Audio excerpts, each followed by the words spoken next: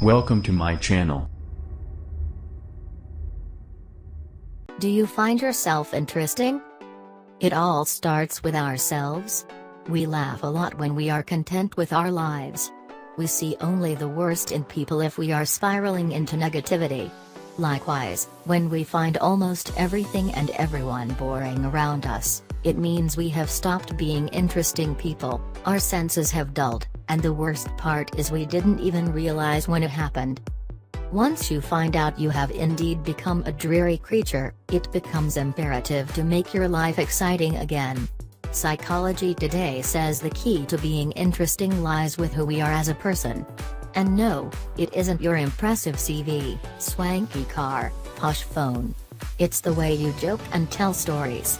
Also, all of us are drawn to people who are comfortable showing their authentic self.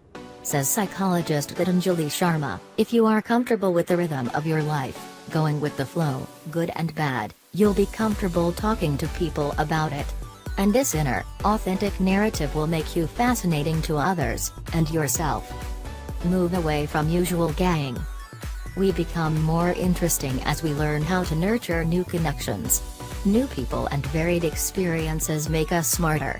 Try and break out of your usual group and engage with new social circles. Join a book club or dance class. A lot of times the real reason we feel bored is our age-old company. With time, no matter how close, people stop appreciating you or take you for granted. Find a different community that gets to see you in a new way and vice versa.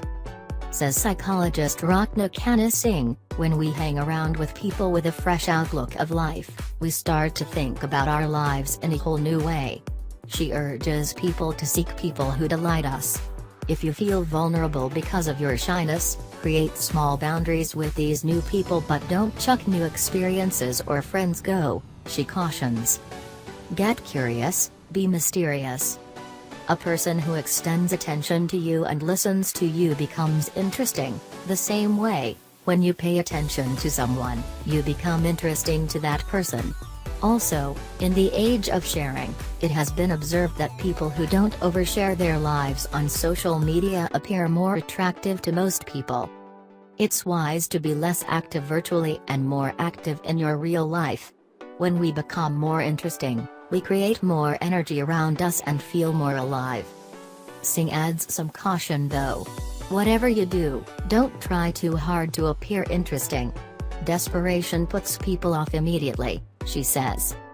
Becoming a brighter version of yourself is a lifelong process. Don't take it up as a project, cultivate it as a habit. How to be captivating. If you are having a crisis of interestingness, activate it by going for new experiences. Your fears may be preventing you from trying new things, talking about engaging topics and meeting people who have flair. If you become too lazy to make your life more fascinating, you'll eventually become less memorable, lose charisma, and then power. It may be too late before you realize this. But no one likes losing power.